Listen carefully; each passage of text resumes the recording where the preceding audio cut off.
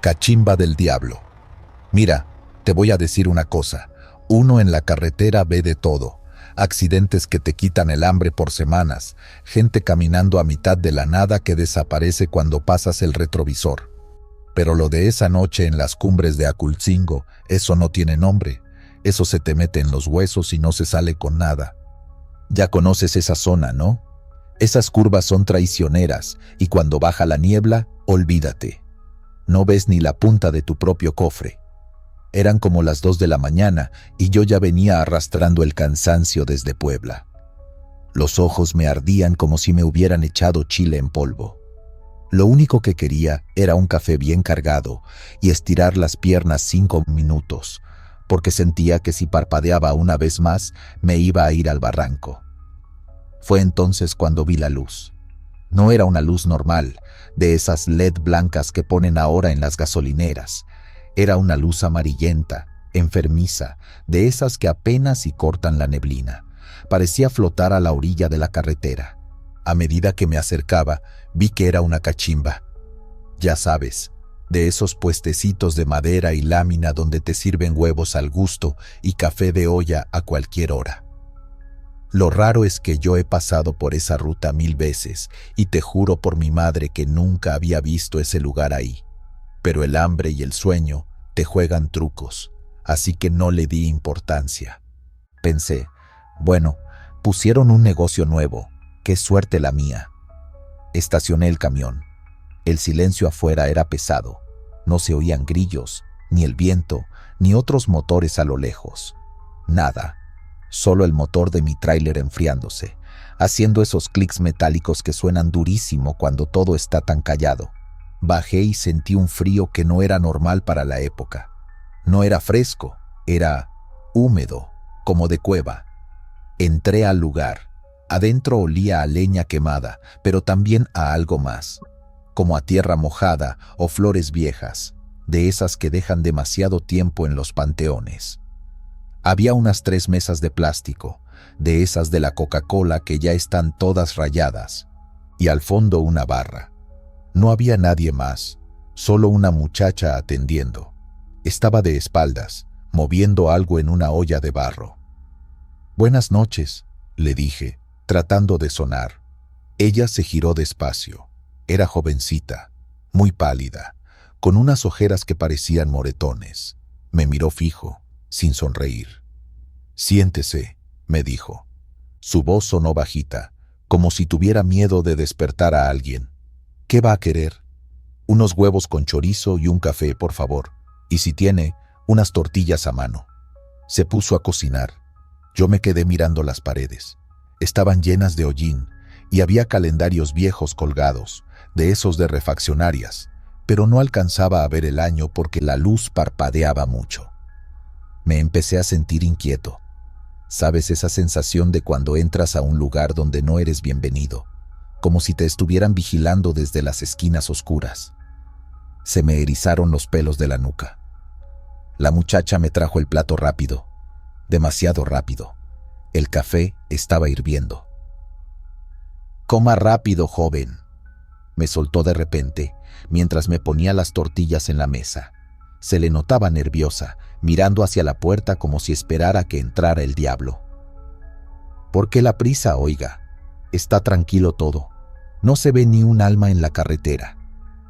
Ella se inclinó un poco hacia mí y bajó la voz todavía más. «Aquí no es bueno quedarse después de las 3. El tiempo cambia. Las cosas cambian. Coma y váyase, por su bien». Me dio una risa nerviosa. Pensé que me estaba vacilando o que era una de esas historias para asustar a los foráneos. «No se preocupe, nomás ceno y me echo un sueñito en el camarote aquí afuera y me sigo». «No», me interrumpió, casi gritando. Luego se tapó la boca y miró asustada hacia la cocina. «No se duerma aquí. Si se duerme, se queda. Váyase en cuanto acabe». Ya no le dije nada. Me comí los huevos a las prisas y te voy a ser sincero, sabían raro. No mal, pero tenían un sabor a ceniza, como si los hubieran cocinado directo al carbón. Pagué. Dejé un billete de 50 pesos en la mesa como propina, porque me dio lástima la muchacha, se veía muy mal. «Gracias», me dijo ella, pero no agarró el dinero. Se quedó viéndome con una tristeza que me partió el alma. Que Dios lo acompañe, porque aquí hace mucho que no pasa. Salí de ahí sintiendo un alivio tremendo. El aire afuera seguía helado. Me subí al camión, puse los seguros, cosa que nunca hago en paradas así, y arranqué. Pero la verdad es que el cansancio me ganó. Avancé apenas unos 500 metros, vi un descanso un poco más adelante y me orillé. Pensé, solo 1 hora. Cierro los ojos 1 hora y me sigo a Orizaba. Me quedé profundo. Soñé cosas feas. Soñé con fuego, con gritos, con el olor a madera quemada y gente corriendo. Me desperté de golpe, sudando frío, con el sol pegándome en la cara. Miré el reloj. Eran las 8 de la mañana. Me tallé la cara, me bajé a echar una firma y a estirarme. Estaba despejado, un día bonito, de esos que te hacen olvidar la noche. Pero entonces volteé hacia atrás, hacia donde había estado la cachimba. Me quedé helado. Las piernas se me hicieron de trapo. Ahí, a unos metros de donde yo juraba haber cenado, no había ningún restaurante. Había una ruina. Una estructura de concreto negro, quemada hasta los cimientos. No tenía techo, las paredes estaban caídas y la maleza ya se estaba comiendo lo que quedaba del piso. Se veía que eso se había quemado hacía años, quizás décadas. Me acerqué, temblando. No podía ser. Yo había estado ahí. Yo olí el café. Yo hablé con la muchacha. Caminé entre los escombros con mucho cuidado. El silencio de la mañana era distinto ahora. Era un silencio de muerte. Llegué a donde se suponía que estaba la mesa donde comí. No había mesa, claro, solo piedras y basura. Pero entonces lo vi. Y te juro que al verlo sentí que se me bajaba la presión y me iba a desmayar ahí mismo. Sobre una piedra grande, negra de hollín, en medio de la nada, estaba mi billete de 50 pesos. Estaba intacto, nuevo, no tenía ni polvo encima. Brillaba bajo el sol como si lo acabaran de imprimir. Al lado del billete, marcadas en la ceniza vieja del suelo, se veían unas huellas de zapatos de mujer, pequeñitas, que iban hacia donde antes estaba la cocina y desaparecían en la pared. Agarré mi billete, corrí al camión y le metí pata como si me viniera correteando la muerte. No paré hasta llegar a Córdoba. Luego pregunté con unos compas veteranos de la ruta. Se me quedaron viendo raro y uno se persignó. Me dijeron que esa cachimba se quemó en los años 90. Un accidente con el tanque de gas. Murieron todos, incluida la hija de la dueña, una chavita que ayudaba a servir las mesas. Dicen que a veces, cuando hay mucha niebla y uno viene muy cansado, el lugar regresa. Y que si te quedas ahí cuando dan las 3 de la mañana, te vuelves parte del incendio para siempre. Yo no sé si son bucles temporales, fantasmas o qué fregados. Solo sé que tengo ese billete guardado en mi cartera y nunca lo voy a gastar. Es el recordatorio de que en la carretera hay salidas que no llevan a ningún lado y lugares donde el hambre no es de comida, sino de almas.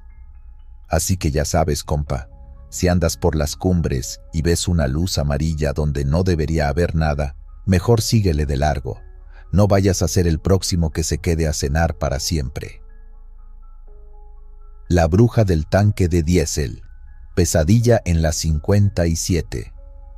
Mira, si llevas tiempo en esto de los fletes, ya te sabes el cuento de memoria. Que si la niña en la curva, que si el perro negro que se te atraviesa, uno aprende a ignorar esas cosas para no volverse loco. Pero lo que le pasó a don Beto en el tramo de Matehuala, ahí en la mera 57, eso no fue un cuento de fantasmas. Eso fue algo físico, algo que dejó marca en el metal y en la cabeza del pobre viejo. Eran pasaditas las 3 de la mañana, esa hora maldita donde el café ya no te hace efecto y la carretera se convierte en una línea infinita que te hipnotiza. Beto ya es un lobo de mar, tiene más kilómetros recorridos que vida, así que no se asusta fácil. Iba tranquilo, escuchando el zumbido de las llantas sobre el asfalto, con la cabina en esa penumbra que solo rompen las luces verdes del tablero. De pronto, el camión cambió. No fue un ruido, fue una sensación. El Kenworth se sintió pesado, achanchado, como decimos nosotros, como si de golpe le hubieran enganchado otro remolque lleno de plomo. Beto frunció el ceño, checó los espejos por instinto, pensando que a lo mejor se le había amarrado una balata o se le había ponchado una llanta trasera. Pero no, todo se veía normal atrás, solo oscuridad. Volvió la vista al frente, pero algo no cuadraba. El indicador de combustible. La aguja estaba bajando. Y no bajaba normal, no. Se movía visiblemente, como si el tanque tuviera un agujero del tamaño de un puño. Maldita sea, pensó. ¿Una fuga? Apenas llené en el paradero anterior, no puede ser. La preocupación de Beto era mecánica, era de dinero, no pensaba en brujas. Bajó la ventana un poco para oír el motor, buscando ese siseo del aire o el olor a diésel tirado. El viento helado de la madrugada se le metió a la cabina, pero no olía a combustible. Olía a algo rancio, como a cobre viejo, como a sangre seca. Fue entonces cuando miró el espejo cóncavo, ese que te deja ver el punto ciego del lado del conductor, justo donde va el tanque de aluminio. Se le heló la sangre. Se le olvidó cómo respirar. No era una fuga. Había algo ahí. A 90 kilómetros por hora, aferrada a los estribos y al tanque como una garrapata, había una mujer. O lo que parecía una mujer. Era diminuta, una cosa arrugada con la piel grisácea y dura, como corteza de mezquite seco. Tenía el cabello ralo, sucio, volando con el viento violento de la carretera. Pero lo peor no era que estuviera ahí, lo peor era lo que estaba haciendo.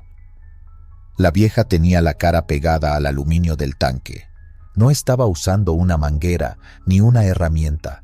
Tenía la boca abierta, desencajada de una forma antinatural, pegada al metal. Beto podía ver cómo se le inflaba la garganta, tragando a borbotones. Estaba succionando el diésel a través del metal, como si el aluminio fuera piel y ella un mosquito gigante. El camión empezó a toser. El motor comenzó a perder fuerza. Beto sintió un pánico que nunca había sentido, un miedo animal que te sube desde el estómago. Manoteó en el tablero buscando lo único que se le ocurrió, su rosario de madera que colgaba en la palanca. Lo agarró con fuerza, sintiendo las cuentas clavarse en su palma sudorosa. «¡Lárgate! ¡Lárgate, maldita bestia!», gritó, con la voz quebrada, golpeando el vidrio de la ventanilla. La cosa esa paró. Despegó la boca del tanque lentamente, giró la cabeza hacia arriba, hacia el espejo, sabiendo que Beto la estaba mirando. No tenía los ojos de una persona, eran dos brasas, dos agujeros rojos brillando con una maldad antigua, burlona. Sonrió y sus dientes eran picos negros, goteando diésel. Entonces, la bruja hizo algo que Beto jamás olvidará. Infló los cachetes y escupió hacia arriba con una fuerza brutal. Un líquido negro, espeso como chapopote, se estrelló contra el espejo retrovisor y salpicó la ventanilla. Al instante, todo se fue al diablo. El motor dio un último estornudo metálico y se murió. Las luces del tablero parpadearon y se apagaron. El silencio cayó de golpe, solo roto por el zumbido de las llantas, perdiendo velocidad y el latido ensordecedor del corazón de Beto. El camión se fue deteniendo por inercia. Beto trató de orillarse lo más que pudo, pero el volante se puso duro como piedra sin la asistencia hidráulica. Quedó varado a medias, con la caja invadiendo un poco el carril de baja. Oscuridad total. El silencio del desierto es pesado, te aplasta. Beto no se movió, no quiso ni respirar. Cerró los seguros de las puertas, aunque sabía que si esa cosa podía chupar diésel a través del metal, una cerradura no la iba a detener. Se hizo bolita en el asiento, apretando el rosario y una llave de cruz que tenía a la mano. Esperó. Primero, escuchó el sonido del metal enfriándose. Tic, tic, tic. Luego, algo más. Un rasguño, suave, pero constante. Screech. Venía de abajo. Estaba debajo de la cabina. Beto sentía que la vejiga le iba a reventar del miedo. Podía sentir las vibraciones en el piso del camión. La bruja se estaba moviendo entre los fierros, subiendo por el chasis. Escuchó cómo sus uñas, duras como garras, raspaban la lámina detrás de su asiento, justo donde está el camarote. «Madre Santísima, protégeme», susurraba Beto, con los ojos cerrados fuertemente. De repente, un golpe seco en el techo. ¡Pum! Beto dio un salto en el asiento y soltó un grito ahogado. Estaba arriba. Caminaba sobre la cabina. Los pasos no sonaban como zapatos, sonaban como pezuñas o huesos golpeando la fibra de vidrio. Se paseaba de un lado a otro, lentamente, como disfrutando el terror del hombre encerrado abajo. Luego, silencio otra vez, un silencio peor que el ruido. Beto abrió un ojo, mirando hacia el parabrisas. La luna apenas iluminaba la carretera vacía. Y ahí la vio. Una mano esquelética, con dedos larguísimos y uñas negras y curvas, bajó lentamente desde el techo y empezó a rasguñar el vidrio del parabrisas, justo frente a su cara. El sonido era insoportable, como gis en un pizarrón, pero amplificado. La mano dejaba un rastro grasoso, esa misma baba negra que había escupido antes. Beto se tapó los oídos. Quería gritar, quería arrancar el camión, pero sabía que estaba seco. No tenía ni una gota de combustible. Estaba atrapado en medio de la nada con algo que quería su energía, o quizás su vida. La mano desapareció de golpe. Beto no se atrevió a moverse durante lo que parecieron horas. Cada crujido del camión lo hacía temblar. Escuchaba susurros, risitas que parecían venir de las ventilas del aire acondicionado, voces bajitas que decían su nombre, o eso le parecía a él en su delirio de miedo. La temperatura dentro de la cabina bajó drásticamente, se veía el vaho de su respiración. No supo en qué momento el cansancio y el shock le ganaron, o si simplemente se desmayó del terror, pero lo siguiente que supo fue que una luz le pegó en la cara. Abrió los ojos de golpe, gritando, lanzando golpes al aire con la llave de cruz. Era el sol. Una patrulla de la Guardia Nacional estaba parada detrás de él, con las torretas encendidas. Un oficial le estaba golpeando la ventanilla. «Operador, ¿todo bien? Abra la puerta». Beto abrió, temblando, pálido como un papel. Casi se cae al bajar los escalones. El oficial lo miró raro, pensando seguramente que venía drogado o borracho. «Jefe, se me apagó. Algo me atacó», balbuceó Beto. El oficial negó con la cabeza, acostumbrado a las excusas. «A ver, vamos a checar». Dieron la vuelta al camión. Cuando llegaron al lado del conductor, el oficial se quedó callado. Se quitó la gorra y se rascó la cabeza. «Oiga, amigo, ¿con qué se pegó?» Beto miró el tanque. Estaba destrozado. No tenía un golpe de choque. Estaba chupado. El aluminio grueso estaba colapsado hacia adentro, como si fuera una lata de refresco vacía a la que le sacaron el aire. Estaba totalmente seco, y alrededor de la tapa y subiendo por la puerta del conductor había marcas profundas, rasguños que habían levantado la pintura hasta llegar al metal vivo. Pero lo más escalofriante estaba en el espejo retrovisor.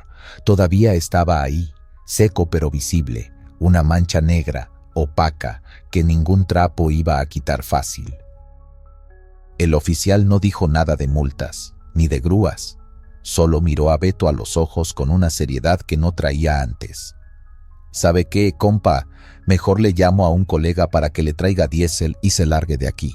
En este tramo no es bueno quedarse parado». Beto nunca volvió a manejar de noche por la 57. Dice que, aunque cambies de camión, ellas te marcan. Dice que esa noche, la bruja no solo se llevó el diésel, se llevó algo de él, porque desde entonces siempre siente frío, Y cuando mira por los espejos retrovisores, aunque sea de día, a veces le parece ver de reojo una sombra pequeña, arrugada, trepada en el tanque, esperando a que caiga la noche otra vez. Así que ya sabes, si andas por Matehuala y sientes que el carro se te pone pesado, no mires los espejos. Acelera y reza para que traiga suficiente gasolina para no pararte nunca. El Nino de la caja sellada. Mucha gente piensa que la carretera es libertad, que es solo poner música y dejar que los kilómetros pasen. Pero cualquiera que haya manejado un tráiler de noche, cruzando la frontera hacia Laredo o bajando por la Rumorosa, sabe que hay tramos donde la radio deja de agarrar señal y las luces altas parecen no alumbrar nada. Ahí es donde las cosas se ponen raras. No hablo de asaltos o retenes, eso es peligro humano. Hablo de lo que le pasó a Jorge, un compa que llevaba apenas 2 años en la ruta y que, después de esa noche, entregó las llaves y no volvió a subirse a un camión. Esto no es un cuento de fogata, está en los reportes de la Federal, aunque claro, ellos le cambiaron la versión oficial para no tener que explicar lo inexplicable. Todo empezó en un paradero cerca del kilómetro 26. En esa zona desértica donde el silencio te zumba en los oídos. Jorge traía un flete pesado, refacciones automotrices que venían desde el centro del país para cruzar al otro lado. Era carga sellada. Para los que no sepan, cuando aduana te pone el candado fiscal, ese precinto de metal numerado, tú no puedes tocar esa puerta. Si ese sello llega roto a la garita, te metes en una bronca legal que te puede costar la cárcel. El contenedor es una caja fuerte. Nadie entra, nadie sale. Eran como las 3 de la mañana. Jorge se orilló porque sentía que se dormía. Bajó a estirar las piernas y a hacer lo de siempre, revisar las llantas. Agarró su martillo de goma y empezó la rutina. Pum, pum, pum, todo normal. El aire estaba helado, de ese frío seco que te cala los huesos. Llegó a las llantas traseras del remolque, las que están justo debajo de las puertas del contenedor. Le dio el primer golpe a la llanta y, antes de que pudiera levantar el brazo para el segundo, escuchó algo. No fue un ruido de afuera. No eran grillos ni coyotes. Fue un golpe seco, metálico. ¡Pum! Venía de adentro de la caja. Jorge se quedó quieto, con el martillo en el aire. Pensó lo que todos pensamos primero. Se soltó la carga. A veces las cajas se caen y golpean las paredes. Esperó a ver si el camión se mecía, pero nada. El tráiler estaba estático. Se encogió de hombros y se dio la vuelta para irse a la cabina. Y ahí fue cuando se le heló la sangre. «Señor», una voz bajita, como si saliera de un tubo viejo. «Señor, hace calor aquí». Jorge dice que sintió como si le hubieran echado una cubeta de agua helada en la espalda. Se giró despacio, rogando que fuera un pollero escondido entre los ejes, alguien afuera. Alumbró con su linterna abajo del chasis, arriba, a los lados. Nada. Estaba completamente solo en medio de la nada.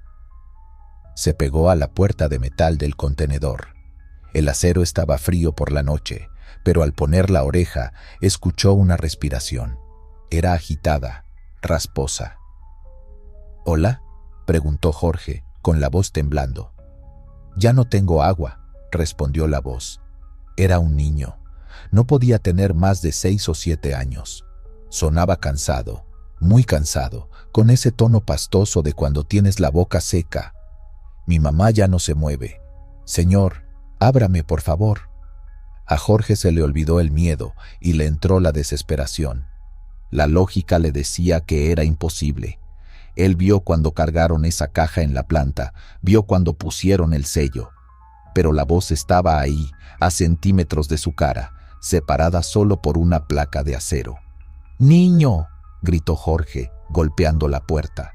«¡Aguanta, mijo! Voy a sacar la herramienta». Corrió a la cabina buscando las cizallas grandes, esas que usamos para cortar pernos. Pero cuando las agarró, se detuvo en seco. El sello fiscal. Si lo rompía ahí, en medio de la nada, sin autoridades presentes, y resultaba que adentro traía gente, lo iban a acusar de tráfico de personas. Pero si no lo abría y el niño se moría, regresó corriendo a la parte de atrás. ¿Sigues ahí?, preguntó pegado al metal. Está muy oscuro, susurró el niño. Ahora se escuchaba más lejos, como si se hubiera movido al fondo. Dígale a mi mamá que despierte. Huele feo aquí. Jorge sacó el celular. No tenía señal de datos, pero sí una rayita para llamadas de emergencia. Marcó al 911 mientras golpeaba la caja con la mano abierta para que el niño supiera que no se había ido. «Tengo gente en la carga», le gritó a la operadora en cuanto contestaron. «Es un niño, se está asfixiando. Estoy en el kilómetro 26». La operadora le pedía calma, le preguntaba si el sello estaba intacto. Jorge gritaba que le valía madre el sello, que mandaran una ambulancia. Mientras hablaba, pegaba el oído al metal. «Ya voy a salir, mijo, ya vienen por ti», decía Jorge, tratando de sonar valiente, aunque estaba llorando del puro nervio. «Tengo sueño», dijo el niño. «No, no te duermas». Jorge golpeó fuerte con el martillo. «Háblame. ¿Cómo te...?» Silencio. «¿Llamas? Dime tu nombre». Solo el viento del desierto moviendo los matorrales. Jorge golpeó de nuevo. Bang, bang, nada. Ni un rasguño, ni un suspiro. Pasaron 20 minutos que se sintieron como 20 años. Jorge estaba paseando de un lado a otro, mordiéndose las uñas, hablándole a la caja cada 30 segundos. Sigo aquí, pero ya nadie contestaba. Cuando por fin vio las luces rojas y azules de la patrulla federal acercándose, sintió un alivio que casi lo tumba al suelo. Se bajaron 2 oficiales, con esa actitud pesada de quien cree que lo están haciendo perder el tiempo. «Dice que escucha ruidos, pareja», dijo uno, alumbrando el sello intacto. «No escucho ruidos, oficial. Hablé con él. Es un niño. Dijo que su mamá no respira. Rompan esa madre ya». Los federales se miraron. El protocolo es estricto, pero al ver a Jorge tan alterado, pálido y sudando en el frío de la noche, decidieron no jugársela.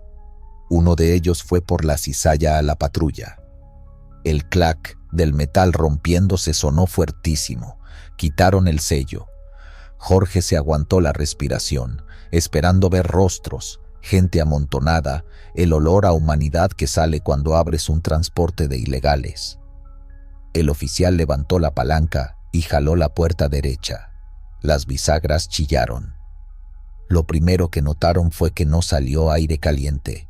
Nada. El oficial alumbró hacia adentro con su lámpara táctica. Jorge se asomó por encima del hombro del policía y las piernas se le hicieron de trapo. El contenedor estaba lleno, pero lleno hasta el tope. Eran cajas de cartón corrugado, estivadas en pallets, envueltas en plástico industrial. Estaban tan apretadas que no cabía ni una hoja de papel entre la carga y la puerta. Era una pared sólida de mercancía.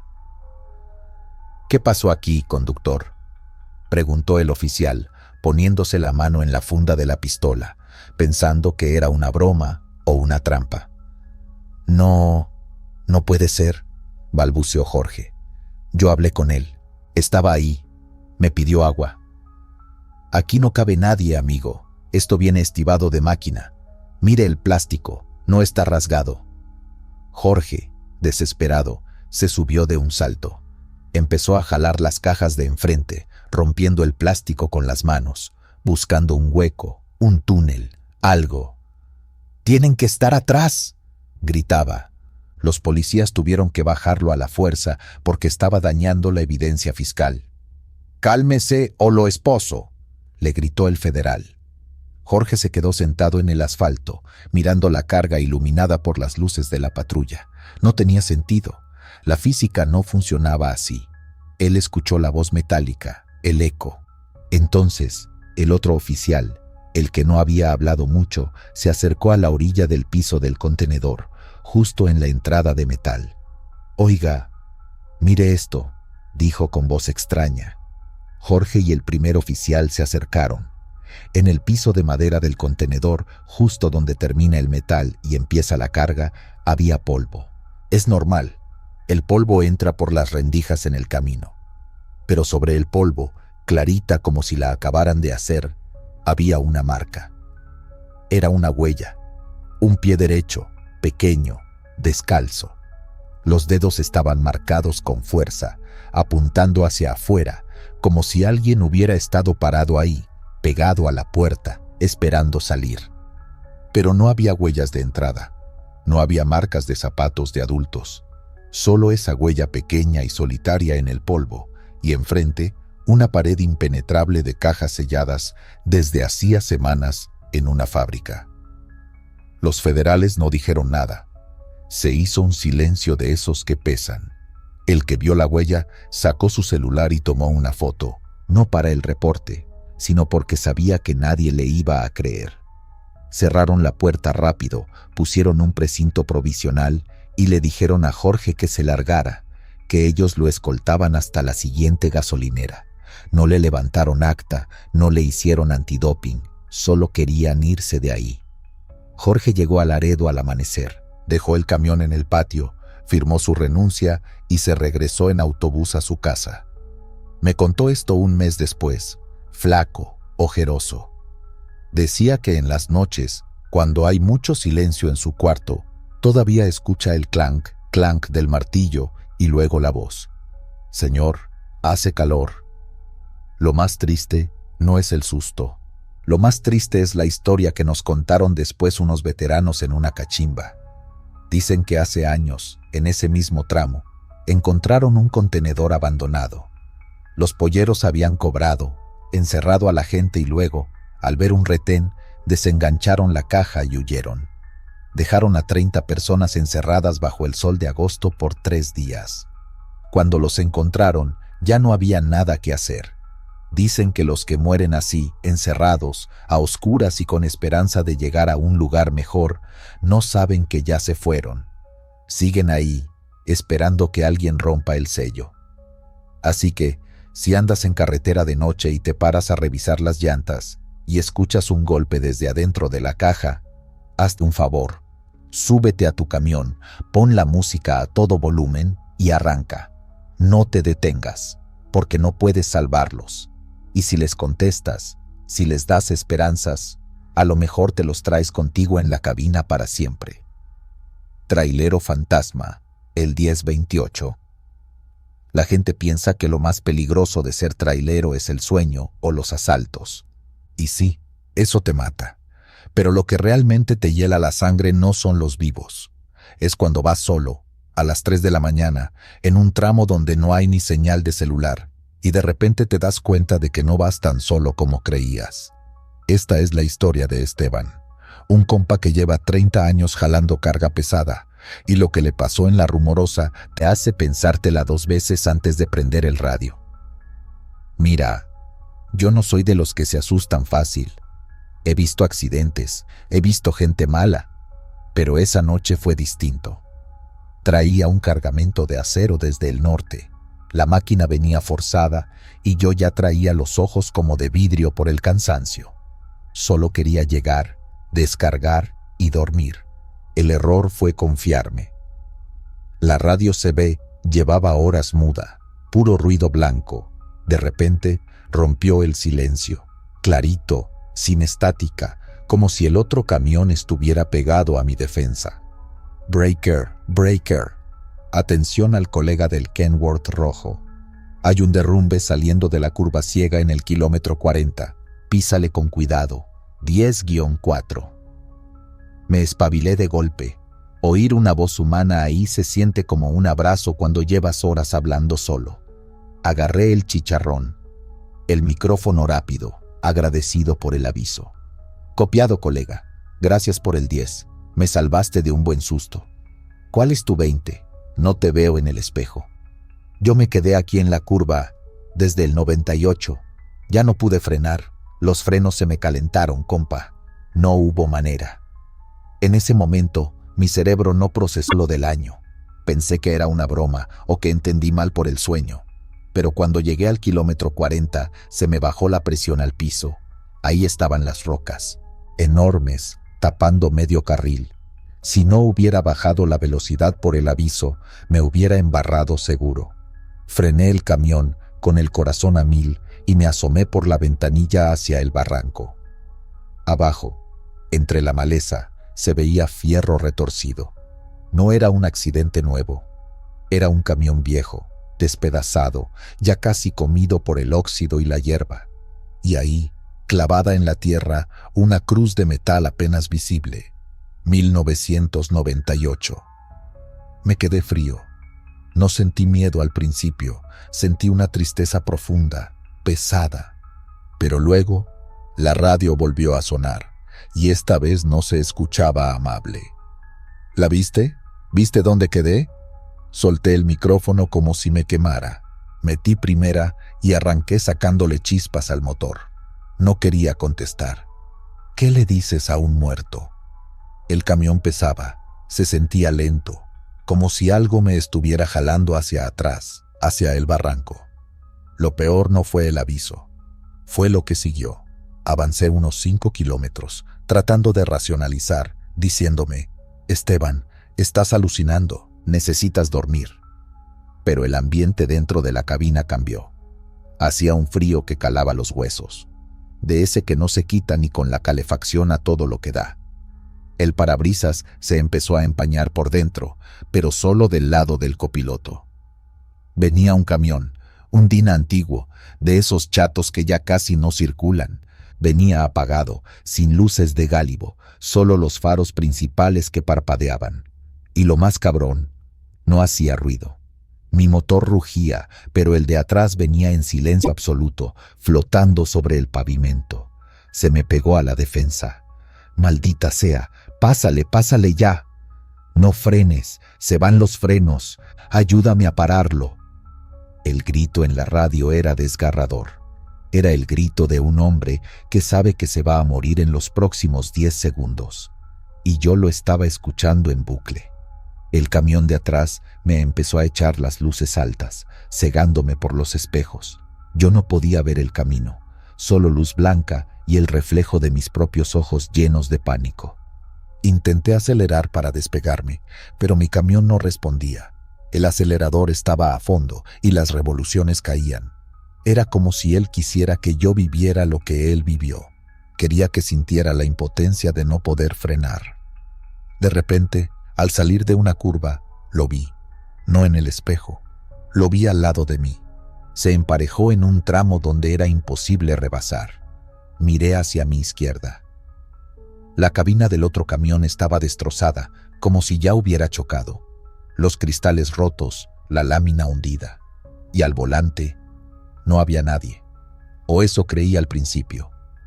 Cuando un relámpago iluminó el camino, vi una silueta oscura, como una sombra densa, con una gorra de trailero vieja. Giró la cabeza hacia mí. No tenía cara, solo oscuridad, pero sentí que me sonreía. No te duermas, colega, o te quedas aquí conmigo. Empecé a rezar. Y mira que yo no soy de iglesia, pero en ese momento te acuerdas de todo lo que te enseñó tu abuela. Padre nuestro que estás en los cielos. Cerré los ojos un segundo, solo un segundo porque sentí que me iba a desmayar del miedo. Cuando los abrí, el camión de al lado ya no estaba, pero no se había ido. Se había desvanecido hacia el muro de contención, atravesándolo como si fuera niebla. Vi cómo las luces rojas traseras se metían en la roca sólida y desaparecían. Me detuve en la siguiente gasolinera, como a 20 kilómetros. Me bajé temblando. Las piernas no me respondían, parecían de trapo. Fui directo al baño y me eché agua en la cara. Al salir, me encontré con el despachador, un señor ya grande que me vio la cara de espanto y ni siquiera me preguntó qué iba a cargar. ¿Vio al 10-28, verdad? ¿Al del kilómetro 40? Sí, me habló. Me avisó de las piedras y luego me siguió. Ese es el chato. Era buena gente. Se mató hace años porque le fallaron los frenos bajando con carga completa. Dicen que se aparece para avisar a los que vienen cansados, para que no les pase lo mismo. Pero a veces se siente solo y busca convoy. Tuviste suerte, muchacho. Si te hubiera rebasado, te lleva con él. Caminé de vuelta a mi camión. Revisé la defensa trasera, donde sentí que me había pegado. No había golpe, ni abolladura, pero ahí, justo en el metal cromado, había 2 marcas de manos. Manos llenas de grasa vieja y tierra negra. Unas huellas de manos grandes, como si alguien hubiera intentado empujar el camión para salvarme o para arrastrarme. Esteban no volvió a pasar por esa ruta de noche. Dice que prefiere rodear 3 horas más que cruzar ese tramo a oscuras. Y el radio lo lleva apagado, porque en la carretera, cuando escuchas estática, nunca sabes si es mala señal o si alguien te está llamando desde el otro lado para que le hagas compañía eternamente. Si andas en carretera y ves un camión viejo que no hace ruido, o si alguien te habla por la radio con una voz que suena demasiado lejana, hazme caso, no contestes. Mejor sigue tu camino, mantén los ojos abiertos y reza para que solo sea el cansancio, porque hay viajes de los que uno nunca regresa. No mires atrás. El Skinwalker de Arizona. Si alguna vez has manejado por la Interestatal 40, en ese tramo muerto que conecta Arizona con Nuevo México, sabes de lo que hablo. De día es solo desierto, piedras rojas y calor que hace que el asfalto se vea líquido. Pero de noche la cosa cambia. Es territorio navajo, y cuando cruzas esas líneas invisibles en la oscuridad, sientes que ya no estás en Estados Unidos, estás en su casa, y a ellos no les gustan las visitas. Esta historia no es un cuento de fogata, es lo que le pasó a David, un camionero con 20 años de experiencia que juraba que nada lo asustaba hasta esa noche de noviembre. David llevaba conduciendo unas 14 horas seguidas. Los ojos le pesaban como si tuviera arena en los párpados. El libro de ruta le decía que parara, pero su instinto le decía que siguiera hasta Gallup. Cometió el error de ignorar el instinto. Vio un apartadero de tierra, de esos que no tienen luces, ni baños, ni nada, solo grava y arbustos secos. 5 horas, pensó. Duermo 5 horas y me largo. Estacionó el camión, un Kenworth de 18 ruedas. Apagó el motor. El silencio en el desierto es raro. No es paz. Es un silencio pesado, como si alguien le hubiera bajado el volumen al mundo para escucharte mejor a ti. Cerró las cortinas de la cabina, se quitó las botas y se metió en el camarote de atrás. Estaba tan cansado que el sueño lo golpeó en cuanto tocó la almohada. Pero no duró mucho. A eso de las 3 de la mañana, un sonido lo sacó del sueño profundo. No fue un golpe fuerte, fue algo sutil. Unos golpecitos en la puerta del lado del conductor. Toc, toc, toc, rítmicos, suaves. David se quedó quieto. El corazón le empezó a latir en la garganta. Lo primero que piensas es que alguien quiere robarte el combustible o la carga. Buscó a tientas el bate de béisbol que guardaba bajo el colchón. Se quedó escuchando, esperando a que se fueran. Entonces oyó la voz. David, ábreme. Hace un frío que pela. Me dejé las llaves. El aire se le congeló en los pulmones. Era Marta, su esposa. La voz era idéntica. Tenía ese tono dulce que ella usaba cuando quería pedirle algo, esa cadencia suave del sur. Incluso usó la frase, hace un frío que pela, algo que ella siempre decía. Por un segundo, la lógica de David se desconectó. Su cerebro, medio dormido, solo registró. Marta está afuera, tiene frío, ábrele. David se incorporó, con la mano ya estirada hacia la cortina que separaba la cama de los asientos delanteros. Iba a desbloquear los seguros. Vamos, cariño, insistió la voz, ahora un poco más impaciente, justo al otro lado del metal. Me duelen los pies. David tocó la tela de la cortina, y ahí, justo ahí, La realidad le cayó encima como un balde de agua helada. Marta estaba en El Paso, Texas, a más de 1000 kilómetros de distancia. Había hablado con ella por teléfono hacía 6 horas y ella estaba cocinando en su casa.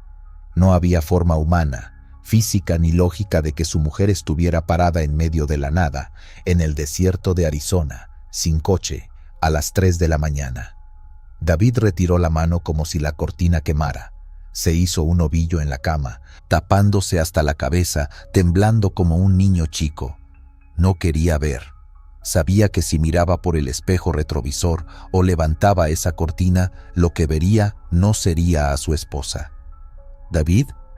La voz cambió. Ya no era dulce. Sonaba plana, sin emoción, como una grabación que se empieza a rayar. Sé que estás despierto. Te escucho respirar. El terror puro es algo físico. Te duele el estómago, se te secan los labios. David empezó a rezar, pero no le salían las palabras. Solo balbuceaba. «¡Ábreme!», gritó la cosa. Ya no era Marta. La voz se quebró en un chillido gutural, un sonido que mezclaba el aullido de un coyote con la estática de una radio vieja. Era un sonido sucio, incorrecto. «Te veo adentro, hueres a miedo». Y entonces el camión se movió. No fue una brisa. Algo golpeó el costado de la cabina con una fuerza brutal.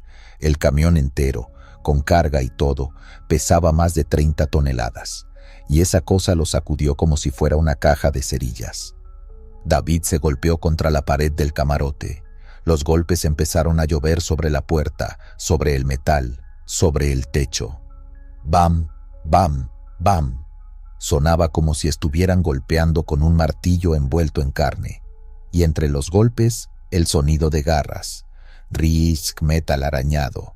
Un sonido agudo que te dentera, como uñas en una pizarra, pero amplificado 1000 veces. Estaba buscando una entrada. Estaba probando la resistencia del acero. David sabía que no podía quedarse ahí. Si esa cosa rompía el vidrio o forzaba la cerradura, estaba muerto. Y no sería una muerte rápida. Había oído historias en las paradas de camiones. Los navajos los llaman Jinaldlushi, los que caminan en 4 patas, brujos, cambiapieles, skinwalkers. Dicen que te roban la voz para atraerte, y si te atrapan, te roban la piel. Tenía que largarse. Ya. Con un movimiento desesperado, se lanzó desde el camarote al asiento del conductor. No miró a las ventanas. Mantuvo la vista fija en el tablero, en las llaves que colgaban del contacto. Algo golpeó la ventana del copiloto. El vidrio se astilló, pero no se rompió del todo. David vio por el rabillo del ojo una sombra. No tenía forma humana. Era demasiado grande, demasiado largo, con extremidades que se doblaban en ángulos que daban náuseas solo de verlos. Giró la llave. El motor diésel rugió. Gracias a Dios, arrancó a la primera. Soltó el freno de aire, metió primera y pisó el acelerador a fondo. Las ruedas patinaron en la grava, levantando polvo, y el camión dio un salto hacia adelante. Pero la cosa no se quedó atrás. Mientras David maniobraba para volver a la carretera, escuchó un golpe en el techo de la cabina. Estaba arriba. La criatura estaba encima del camión. Podía oír sus pasos, pesados y rápidos, corriendo sobre el metal justo encima de su cabeza. Entró a la I-40 sin mirar si venía alguien. El camión empezó a ganar velocidad. 40, 50, 60 kilómetros por hora. David zigzagueaba, intentando tirar a la cosa. Los arañazos en el techo eran frenéticos. Sonaba como si estuviera tratando de abrir una lata de conservas con un abrelatas oxidado. De repente, silencio. David no bajó la velocidad. Llevó el camión a 110, el motor gritando por el esfuerzo. Miró por el espejo retrovisor del lado izquierdo. Nada. Miró por el derecho. Nada. Se cayó, pensó. Lo tiré. Pero entonces miró hacia adelante. Allí, en el arcén, corriendo paralelo al camión, Había algo. A más de 100 kilómetros por hora, una figura pálida, flaca y deforme corría a la par que el vehículo. Lo peor no era la velocidad. Lo peor era que corría en dos patas, pero se movía como un animal. Y mientras corría, giró la cabeza hacia la cabina. David jura que vio la cara de Marta, pero era una máscara mal puesta. La piel colgaba floja, los ojos estaban completamente negros, sin blanco, y la boca sonreía de oreja a oreja, llena de dientes demasiado pequeños y afilados. La cosa golpeó la puerta del conductor una vez más, un golpe seco que hizo vibrar el volante en las manos de David. «¡No mires!», se gritó a sí mismo. Clavó la vista en la línea blanca de la carretera. Encendió las luces altas, las luces de niebla, todo lo que tenía. Aceleró más, aunque el camión empezaba a temblar peligrosamente. No le importaba volcar. Prefería morir en un accidente que parar y dejar que esa cosa entrara. La persecución duró lo que parecieron horas, aunque quizás fueron solo unos minutos. Al ver las luces de una estación de servicio y un área de descanso poblada a lo lejos, la criatura soltó un alarido final. Un grito de frustración que sonó como metal desgarrándose. La figura se desvió bruscamente hacia el desierto y desapareció entre la maleza y la oscuridad. David no paró en esa estación. No paró hasta que vio el amanecer en el horizonte y llegó a una parada grande, llena de gente y luz, casi llegando a Albuquerque.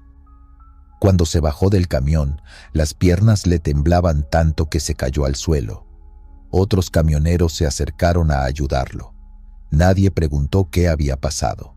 No hacía falta. Cuando vieron el camión, lo entendieron todo. La puerta del conductor tenía abolladuras profundas, como si alguien le hubiera dado con un mazo de demolición.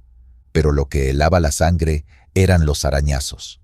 Había surcos profundos en el acero de la puerta y en el techo, marcas de 4 garras que habían arrancado la pintura y llegado al metal vivo. Había restos de algo que parecía pelo, pero era grueso, como alambre, y olía a carne podrida y cobre. Un viejo camionero navajo que estaba allí tomando café se acercó, miró las marcas y luego miró a David. Solo le dijo una cosa: «Tuviste suerte, chico. Te olió, pero no te llevó. Nunca pares en la milla 230. Y si escuchas a alguien que amas llamándote desde la oscuridad, nunca, jamás abras la puerta». Desde entonces, David solo maneja de día. Y si tiene que cruzar Arizona de noche, lo hace con la música a todo volumen, sin mirar los espejos, y repitiendo una sola cosa en su cabeza: «No mires atrás, no mires atrás, no mires atrás». Porque la leyenda es real. Esas cosas están ahí fuera. No son animales, no son personas, son hambre pura, y están esperando a que te confíes, a que pares, a que escuches una voz familiar y cometas el error de bajar el seguro. Así que ya lo sabes. Si vas por la I-40 y ves algo raro en el arcén, o si paras a orinar y escuchas tu nombre, sube al coche, pon los seguros y corre. Porque en el desierto, si algo suena humano pero no ves a nadie, ya es demasiado tarde para preguntar. Patrulla negra. La carretera ribereña, esa franja de asfalto que corta el norte de Tamaulipas, tiene fama de tragarse gente. Pero los traileros viejos, los que llevan décadas gastando llanta de frontera a frontera, saben que el peligro no siempre son los vivos. Hay cosas peores que un asalto. Hay turnos donde el café no te despierta y el frío no viene del aire acondicionado. Esta es la historia de Javier, un hombre que juraba que nada lo asustaba, hasta la noche que vio las luces en el retrovisor. Javier llevaba 12 horas al volante. Los ojos le pesaban como si tuviera arena en los párpados, y la radio apenas soltaba estática y alguna ranchera lejana que se cortaba por la mala señal. El tramo estaba muerto. Ni un alma. Solo el rugido del motor diésel y esa oscuridad espesa del desierto que parece que se te mete en la cabina. De pronto, el espejo lateral brilló. Un destello rojo, luego azul. Giraban lento, pesados. No eran las barras de luces LED que usan los federales ahora, esas que te dejan ciego. Número. Eran luces de las viejas, de esas licuadoras giratorias que ya no se ven ni en los deshuesaderos. Javier frunció el ceño, mirando por el retrovisor. ¿Qué bronca traigo ahora?, pensó, buscando orillarse. El camión bufó al bajar las revoluciones. Lo raro era que no había escuchado sirena. Nada. El vehículo atrás venía en silencio total, pegado a la caja del tráiler como si fuera su sombra. Cuando Javier logró acomodar el monstruo de 18 ruedas en el acotamiento, la luz de sus propios faros iluminó la nada, pero las luces traseras le pintaban la cabina de rojo y azul, en un ritmo hipnótico, casi enfermizo. Apagó el motor. El silencio cayó de golpe, pesado, de esos que te zumban en los oídos. Javier bajó la ventanilla para ver mejor. El aire de afuera olía raro. No a campo ni a diésel. Olía a quemado, pero un quemado viejo, como a hule derretido y algo más picante. Azufre. Miró hacia atrás. Ahí estaba. Un sedán enorme, un lanchón de los 70, un Dodge o un Ford. Difícil saberlo porque era negro mate, una pintura que parecía absorber la poca luz de la luna. No tenía placas, no tenía logotipos de la Policía Federal ni de la Guardia, nada. Solo esa lámina oscura y opaca. Y el motor del auto estaba apagado, o al menos no hacía ruido, pero las luces seguían girando. «Bueno», murmuró Javier, sintiendo el primer calambre de nervios en el estómago. Agarró el radio CB, buscando compañía, buscando anclarse a la realidad. 10-4 colegas, aquí el Javi por el kilómetro 40. Me está parando la ley, pero se ve raro el asunto. ¿Alguien me copia? Nadie contestó. Solo un chillido agudo en la frecuencia, como si alguien rasgara metal contra metal. Javier soltó el micrófono. La puerta de la patrulla negra se abrió. No hubo rechinido. Un oficial bajó, o eso parecía. Llevaba el uniforme de los de antes, esos color café tabaco y beige que usaban los de caminos hace 30 años. Botas altas, lustradas, que no hacían ruido al pisar la grava suelta. Javier intentó verle la cara, pero el sombrero de ala ancha le tapaba todo. Era una mancha negra donde debía haber un rostro. Javier buscó sus papeles en la guantera. Las manos empezaron a temblarle. «Tranquilo, güey, es solo un retén chueco. Quieren mordida y ya», se dijo. Pero el instinto, esa alarma primitiva que tenemos en el cerebro reptil, le gritaba que no abriera la puerta, que subiera el vidrio, que arrancara y se largara de ahí. El oficial caminaba lento, paso a paso, pero algo estaba mal con su andar. No flexionaba las rodillas, se deslizaba. Javier sintió que se le secaba la boca. Subió el vidrio de golpe y puso los seguros. «Que le den, no voy a bajar», pensó. El oficial llegó a la altura del tanque de gasolina. Javier lo seguía con la mirada en el espejo, el corazón golpeándole las costillas como si quisiera romperse. La figura se detuvo justo al lado de la puerta del conductor. Javier esperó el golpe en el cristal, el grito de «¡Bájese!». No pasó nada. El oficial simplemente levantó la mano. Llevaba guantes de cuero negro. Tocó el vidrio. Javier se hizo hacia atrás, pegándose al asiento del copiloto, con los ojos desorbitados. El vidrio no se rompió. La mano del oficial atravesó el cristal, como si fuera humo, como si fuera agua. Javier soltó un grito ahogado, una mezcla de gemido y súplica. La mano enguantada, sólida y a la vez etérea, siguió entrando, seguida por el brazo, el hombro, el sombrero. La cabina se llenó de un frío que calaba hasta los huesos, un frío antinatural que empañó los vidrios por dentro al instante. El olor a azufre se volvió insoportable, haciendo que a Javier le lloraran los ojos y le ardiera la garganta. La figura no tenía cara. Debajo del sombrero solo había oscuridad, un vacío que parecía succionar la poca luz del tablero. Javier quería moverse, quería abrir la puerta del copiloto y tirarse al asfalto, correr al monte, lo que fuera, pero no podía. El frío lo tenía paralizado, engarrotado en el asiento. Una voz sonó dentro de su cabeza.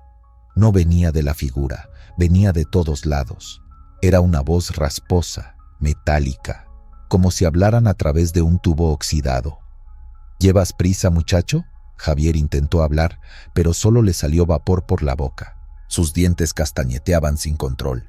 La figura giró lo que sería su cabeza hacia el frente, mirando la carretera vacía a través del parabrisas del camión. Todos llevan prisa, todos quieren llegar, nadie quiere pagar el peaje. El oficial extendió la mano hacia el tablero.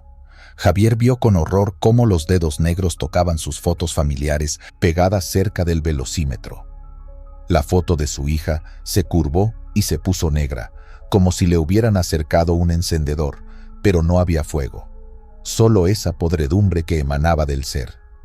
«¡Vete! ¡Lárgate en el nombre de Dios!», logró gritar Javier, cerrando los ojos con fuerza, esperando morir ahí mismo, de un infarto o de algo peor. Una risa seca llenó la cabina. Sonaba como hojas secas pisadas.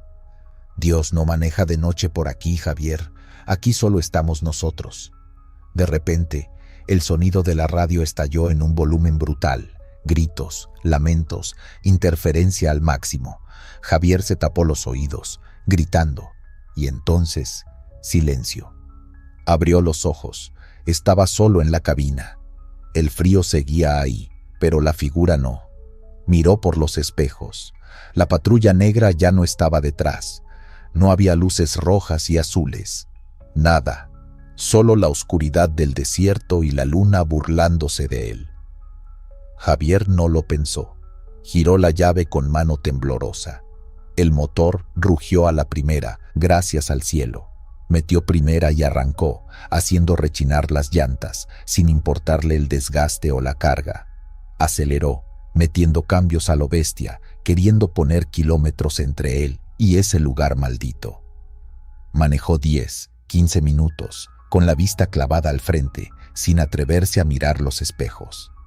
«Ya la libraste, cabrón, ya la libraste», se repetía. El sudor frío le bajaba por la espalda. Entonces lo vio. Allá adelante, a unos 500 metros, luces rojas y azules, girando lento. Javier pisó el freno por instinto, pero luego entendió. No lo estaban parando. La patrulla no estaba parada. Iba delante de él, a la misma velocidad. Javier intentó rebasar, se cambió de carril. La patrulla se cambió de carril al mismo tiempo, bloqueándole el paso. Era el mismo auto negro, el mismo modelo antiguo. Javier aceleró a fondo. «Me los llevo de corbata, me vale madre», pensó, presa del pánico absoluto. El camión alcanzó los 120, 130 kilómetros por hora. Una locura para un tráiler cargado. Se acercó a la defensa trasera del auto negro. Estaba a metros de impactarlo. Y justo cuando el metal del camión iba a tocar el metal del auto, la patrulla se desvaneció. Desapareció. Javier atravesó el espacio vacío, sintiendo una sacudida violenta, como si hubiera chocado con una pared de viento denso. El camión se descontroló un segundo, bailando sobre el asfalto, pero Javier logró enderezarlo. Respiraba agitado, buscando aire. Miró el espejo retrovisor para ver si la patrulla había quedado atrás. Y ahí estaba, sentado en el camarote, detrás de él, en la oscuridad de su propia cabina. Javier vio los 2 puntos rojos en el espejo retrovisor interno. 2 brasas ardiendo donde deberían estar los ojos del oficial. Sintió una mano fría, helada, posarse en su hombro derecho mientras conducía a toda velocidad. «Te dije que tenías mucha prisa», susurró la voz, esta vez justo en su oreja. Javier perdió el conocimiento, o tal vez el miedo le apagó el cerebro para protegerlo. Lo encontraron a la mañana siguiente. El camión estaba orillado perfectamente en el kilómetro 66, el motor apagado, las llaves puestas. Javier estaba en posición fetal en el piso de la cabina, temblando, con la mirada perdida. No tenía ni un rasguño, pero su cabello, que la noche anterior era negro azabache, tenía mechones completamente blancos. El médico dijo que fue un ataque de ansiedad severo, fatiga crónica. Pero los mecánicos que revisaron el camión no tenían explicación para lo otro. El asiento del copiloto estaba congelado. Literalmente, la tela estaba rígida como piedra. Y en el tablero, justo donde estaba la foto de su hija, el plástico estaba derretido en forma de 3 dedos largos, como si alguien hubiera marcado el camión con fuego infernal. Javier nunca volvió a subirse a un tráiler. Dice que prefiere morirse de hambre que volver a ver esas luces giratorias en la oscuridad. Y tú, si alguna vez manejas por el norte de noche y ves una patrulla vieja, negra, sin placas, no te pares. Reza lo que sepas y no mires el retrovisor. Porque a veces, la ley que te busca no es de este mundo, y la multa que quieren cobrarte es lo único que te vas a llevar a la tumba. Mano cortada. Dicen que la carretera cambia a la gente, que te curte la piel y te enfría la sangre, pero nadie te prepara para lo que se vive cuando apagas el motor y el silencio se te echa encima. O peor aún, cuando vas a 100 kilómetros por hora y te das cuenta de que no vas solo en la cabina. Esta historia no es de fantasmas transparentes ni de luces en el cielo. Es de carne, hueso y algo que huele a podrido. Sucedió en la ruta nocturna hacia el norte, en uno de esos tramos donde la señal del celular se muere y lo único que tienes es el ruido de tus propios pensamientos. Paco llevaba apenas 2 semanas con el camión. Un Kenworth chulo, de esos trompudos que imponen respeto. Lo había conseguido a un precio de risa, una verdadera ganga, según el vendedor. El dueño anterior había desaparecido, decían las malas lenguas, pero en este negocio uno no hace muchas preguntas si los papeles están en regla y el motor ruge parejo. Esa noche, Paco venía cargado hasta el tope. Los ojos le ardían por el café barato de la última gasolinera y la radio solo escupía estática. Apagó el estéreo. Prefería el zumbido de las llantas contra el asfalto. Fue entonces cuando lo sintió. Al principio fue algo sutil, un roce apenas perceptible en el tobillo derecho, justo encima de la bota. Paco no le dio importancia, pensó que era la vibración del motor o quizás el doblez del pantalón que se le había atorado. Movió la pierna, acomodándose en el asiento, tratando de espantar el calambre. Pero la sensación volvió, y esta vez fue distinta. Ya no era un roce, era presión, algo físico, con peso, estaba recargado contra su espinilla. «Maldita sea», masculló Paco, pensando en una rata. Es común en los paraderos viejos. Dejas la puerta abierta 2 segundos para bajar a orinar y se te cuela un animal del monte. La idea de tener un roedor paseándose entre los pedales, capaz de morder un cable de los frenos o distraerlo en una curva, lo puso de malas. Dio una patada al aire, a ciegas, esperando escuchar el chillido del animal o sentir el golpe blando del cuerpo peludo. No escuchó nada, pero sintió algo peor. Algo se cerró alrededor de su tobillo. No eran dientes ni garras, eran dedos. El frío le subió desde el pie hasta la nuca como un baño de agua helada. El agarre era firme, fuerte, como un torniquete de hierro. Paco soltó el volante con una mano y casi por instinto buscó el interruptor de la luz interior de la cabina. El foquito amarillento parpadeó un segundo antes de iluminar el piso del camión. Paco bajó la mirada, esperando ver cualquier cosa, incluso a un ladrón enano escondido ahí abajo. Cualquier cosa que su cerebro pudiera procesar. Lo que vio le detuvo el corazón en seco. No había nadie, solo había una mano humana, cortada limpiamente a la altura de la muñeca. Pero no era una mano fresca, roja de sangre reciente. Era gris, con manchas verdosas y violáceas, la piel pegada al hueso como papel mojado, con las uñas largas y amarillentas clavadas en la cuero de su bota. Y ahí, en el dedo anular, brillaba con una ironía macabra un anillo de oro grueso, un anillo de matrimonio que le quedaba grande a esos dedos consumidos por la muerte. Paco gritó. Fue un sonido ronco, animal, que rebotó en las paredes de metal de la cabina. «Suéltame, porquería», bramó, pataleando con una violencia desesperada. El camión dio un bandazo.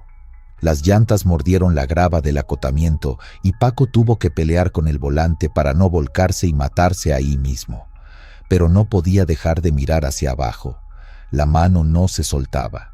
Parecía tener voluntad propia, apretando con una fuerza sobrenatural, los tendones muertos tensándose bajo la piel podrida. El olor le golpeó entonces, una mezcla dulce y nauseabunda de carne descompuesta y formol que inundó el espacio reducido, superando el olor a diésel y tabaco.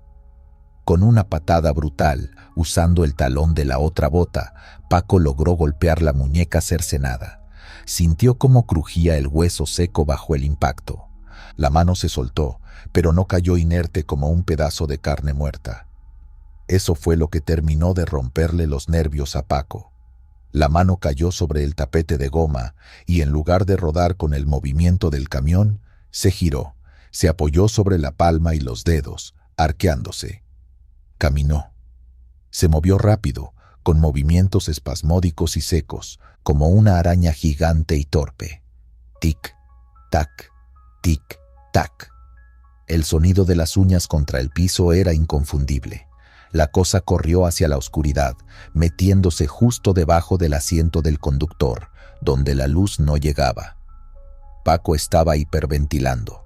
Tenía el pecho cerrado y las manos le sudaban tanto que el volante se le resbalaba. ¿Qué haces en una situación así? ¿Frenas? ¿Te bajas en medio de la nada con esa cosa ahí dentro?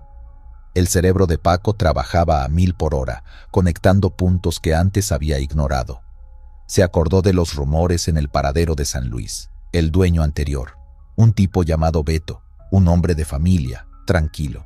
Decían que lo habían asaltado en la carretera a Zacatecas, que no se conformaron con robarle la carga. Lo bajaron, lo torturaron para que diera las claves de las tarjetas y, como una firma macabra del cartel local, lo descuartizaron. El cuerpo apareció días después en bolsas, pero faltaban las manos. Nunca las encontraron. La policía cerró el caso, la familia vendió el camión para pagar deudas y la historia se convirtió en un cuento de cafetería. Ahora, Paco sabía dónde estaba una de ellas. El sonido volvió. Ras, ras, ras. Venía de abajo del asiento. La cosa estaba rascando la tela, intentando subir. Paco sentía las vibraciones de los arañazos directamente en sus nalgas, a través del cojín.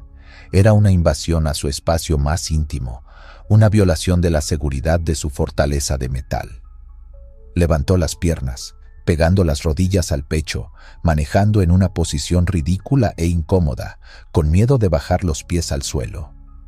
«¡Vete al diablo! ¡Déjame en paz!», gritó Paco, golpeando el costado del asiento con el puño. El rascado se detuvo, silencio absoluto, salvo por el motor.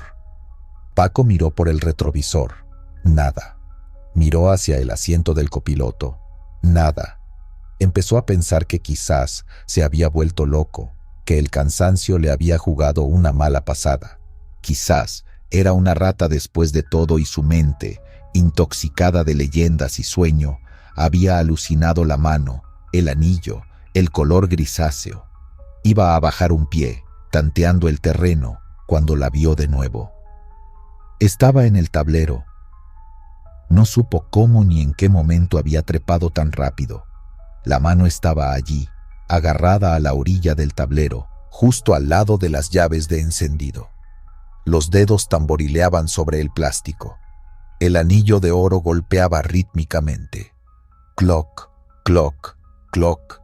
Parecía que lo estaba observando, aunque no tuviera ojos. La muñeca, un muñón irregular y negro, apuntaba hacia él como si lo acusara. De repente, la mano saltó. No corrió.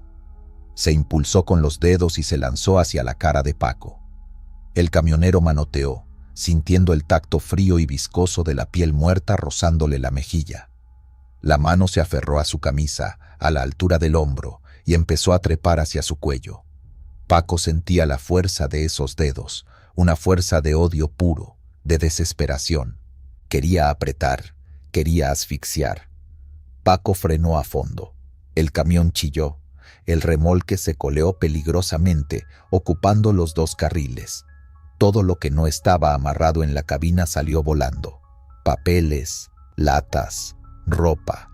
El frenazo fue tan brusco que la inercia lanzó a Paco hacia adelante contra el cinturón de seguridad, y el movimiento violento hizo que la mano se soltara de su hombro y saliera despedida hacia el parabrisas, golpeando el cristal con un golpe seco y quedando aturdida sobre el tablero de nuevo. Sin pensarlo, Paco abrió la puerta.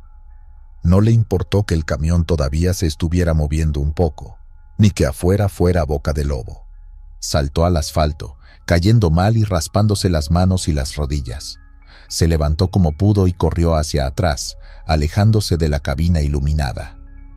Desde la distancia, respirando el aire frío de la noche, vio el interior de su camión.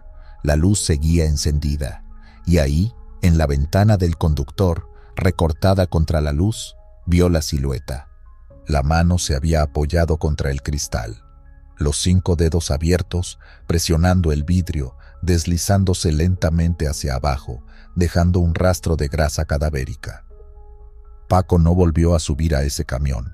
Hizo señas al primer colega que pasó media hora después. Le dijo que se le había tronado la caja de cambios, que lo llevara al pueblo más cercano. Dejó el camión abandonado en el acotamiento, con las llaves puestas y la puerta abierta. Cuando la grúa fue a buscar el Kenworth al día siguiente, el operador dijo que la cabina apestaba a animal muerto, que tuvo que manejar con las ventanas abajo porque el olor era insoportable. Dijeron que seguramente una zarigüeya se había metido al motor y se había cocido con el calor. Paco sabía la verdad, pero no dijo nada. Vendió el camión tal cual, sin lavarlo, perdiéndole dinero, a un muchacho joven que quería empezar en el negocio.